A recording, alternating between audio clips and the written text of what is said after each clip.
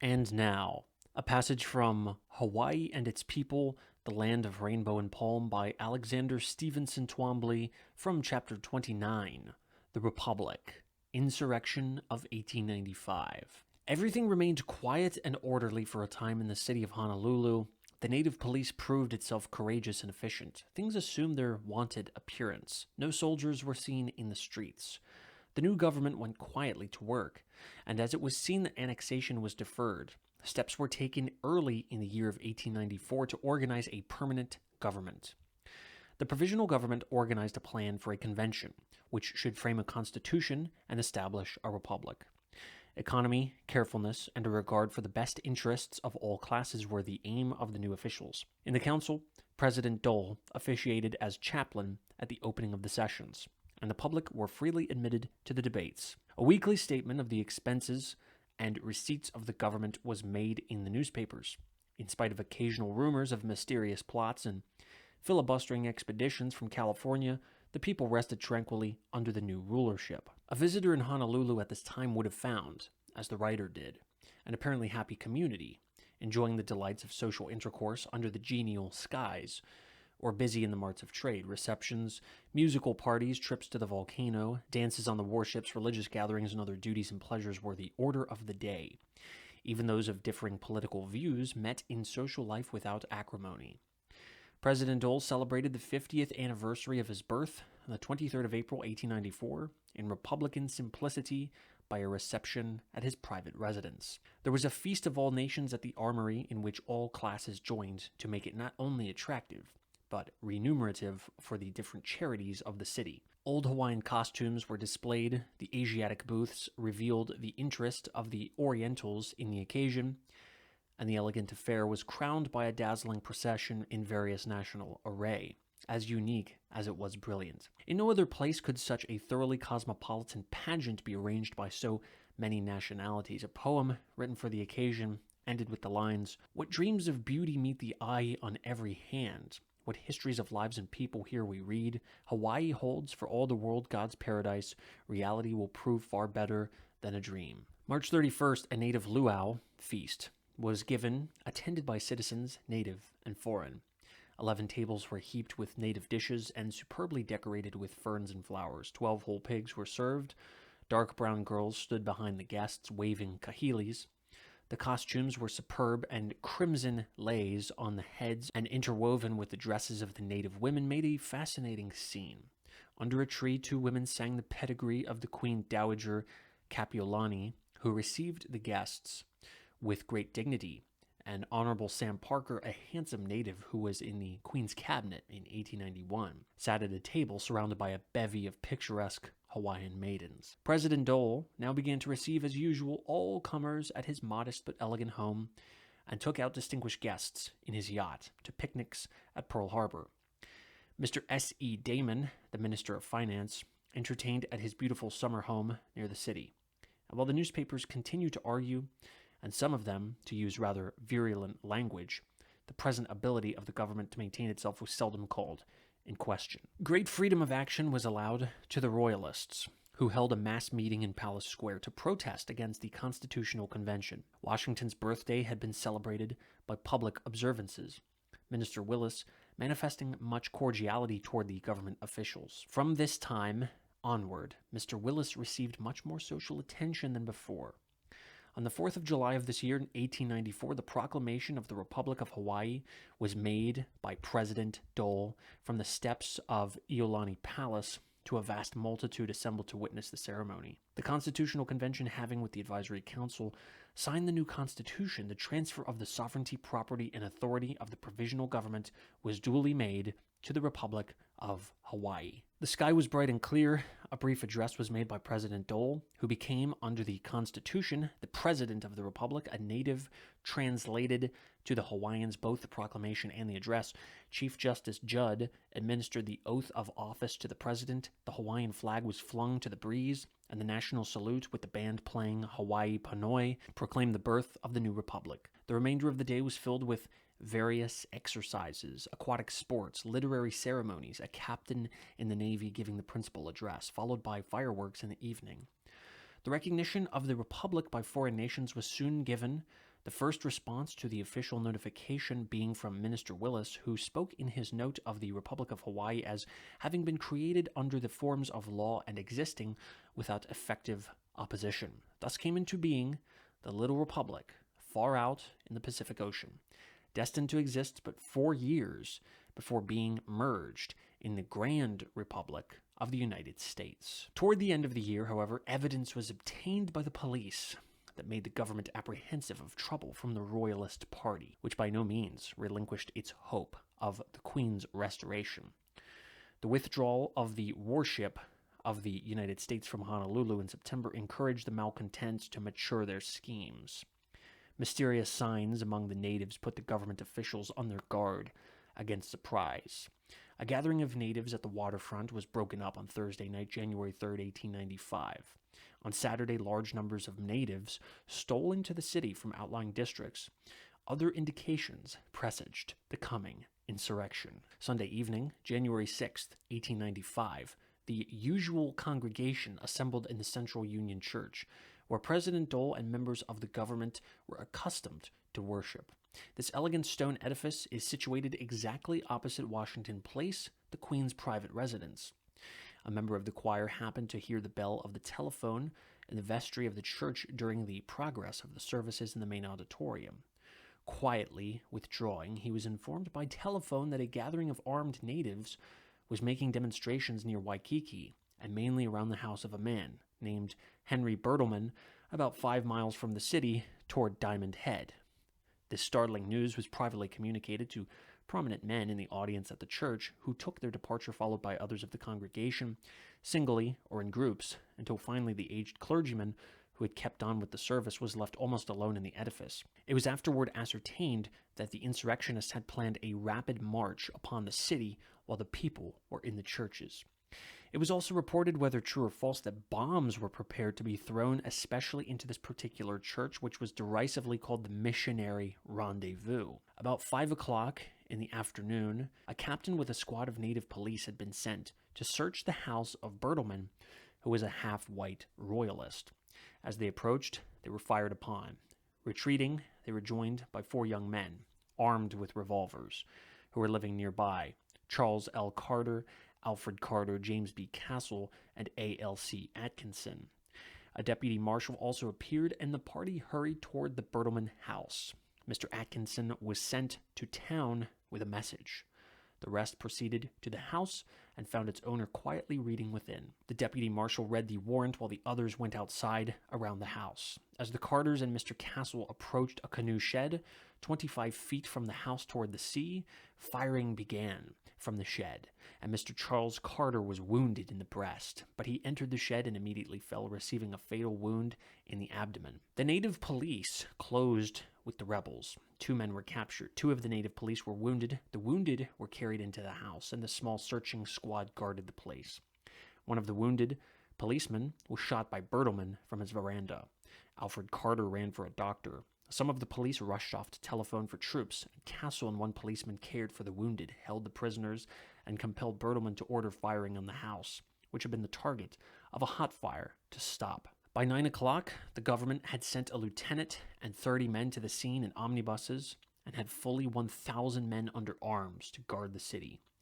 The rebels at Waikiki retired before the lieutenant and his men, but kept up a galling fire.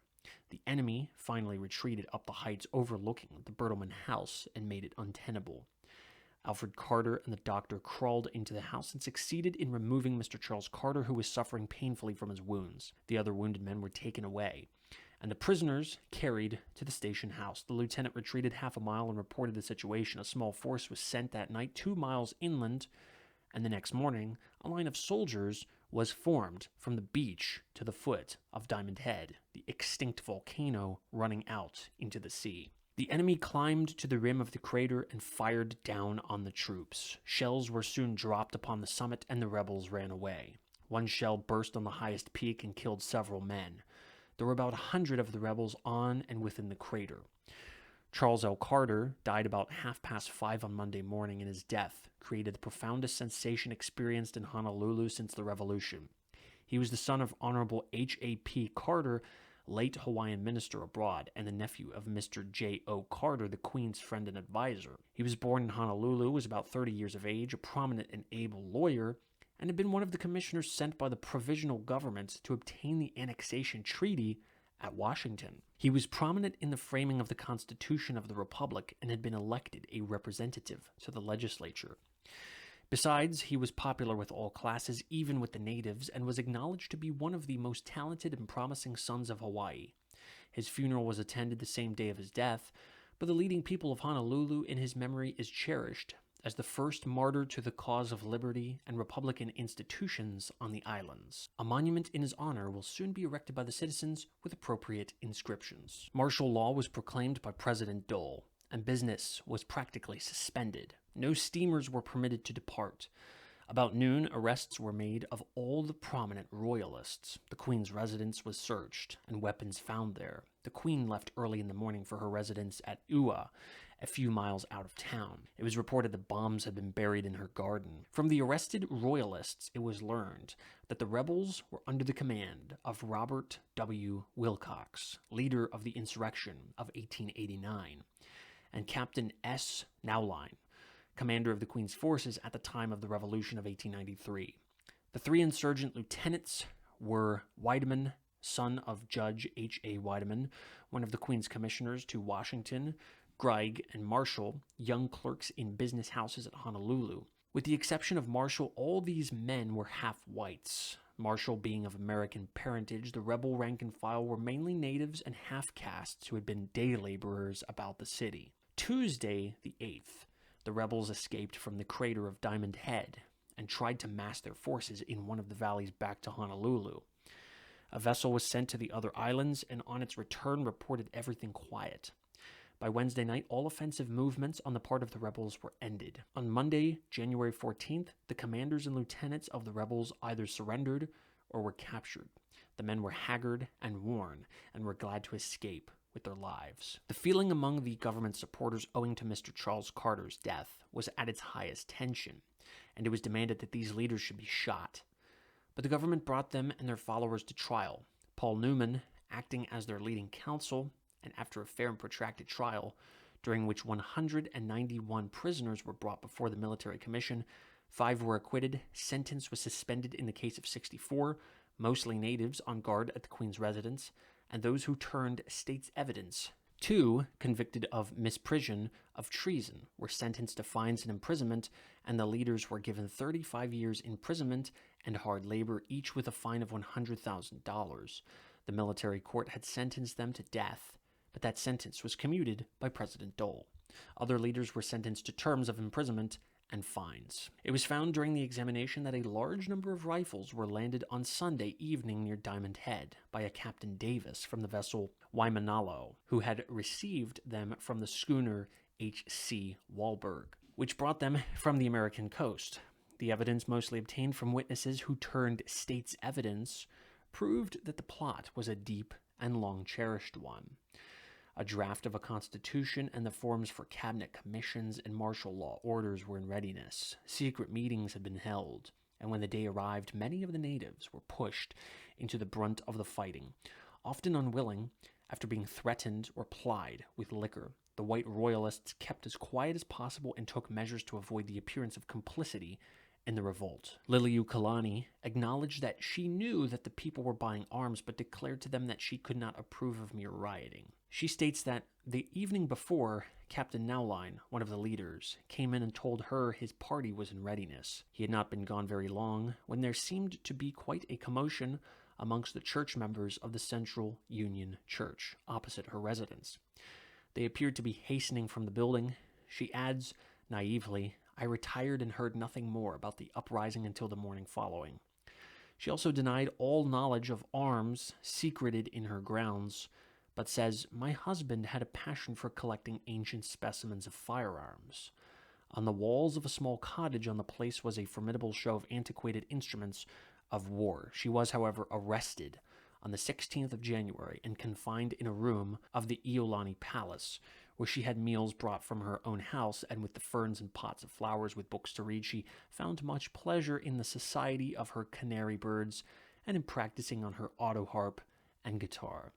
She was brought to trial February 5th, and sentence was pronounced February 27th after a defense ably conducted by her counsel, Mr. Paul Newman. She was convicted of misprision of treason. Misprision of treason is a legal term meaning knowledge and concealment of, without consent to, the treason. The penalty was a fine of $5,000 and imprisonment at hard labor for 5 years. Liliuokalani had already, January 24th, signed her abdication on the advice and in the presence of 6 of her friends. And in her statement to the military court, she affirmed, "I acted of my own free will and wish the world to know that I have asked no immunity for myself, nor plead my abdication as a petition for mercy." Afterward, the ex-queen wrote that she signed the abdication to save the lives of 6 prominent leaders in the insurrection. There was great pressure brought to bear upon the government to mitigate the severity of the sentences imposed upon the insurrectionists, and if possible, to release them on parole. It is only those who are familiar with the social relations between all parties in Honolulu that can understand the leniency shown by the government in finally pardoning all the prisoners.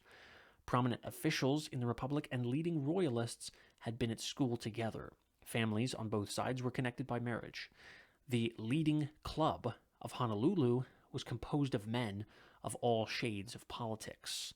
It was a small community, and some of the prisoners were identified with the social life of the city, which had been of a most cordial and delightful sort. At any rate, either because of this pressure or as a matter of policy, on the 4th of July, 1895, 45 of the rank and file of the imprisoned natives were granted conditional pardons.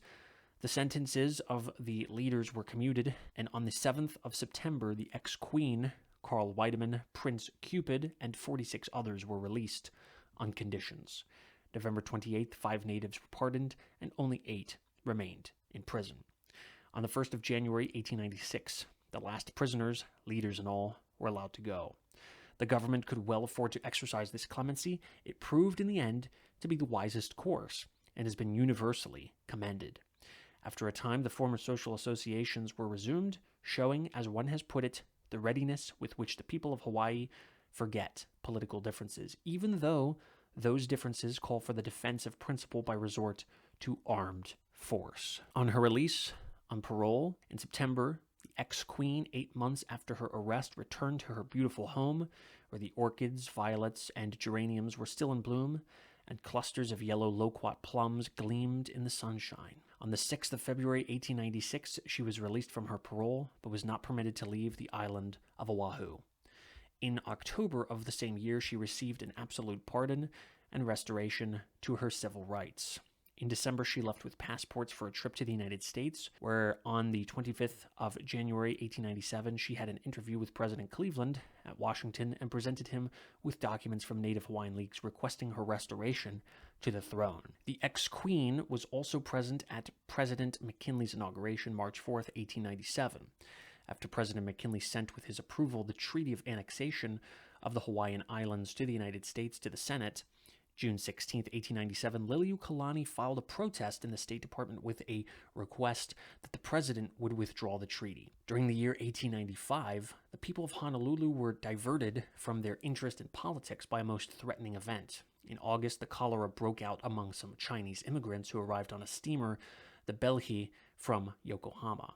A general inspection and cleansing of the city were ordered, and the deaths were confined mainly to the native Hawaiians who are very susceptible to the disease.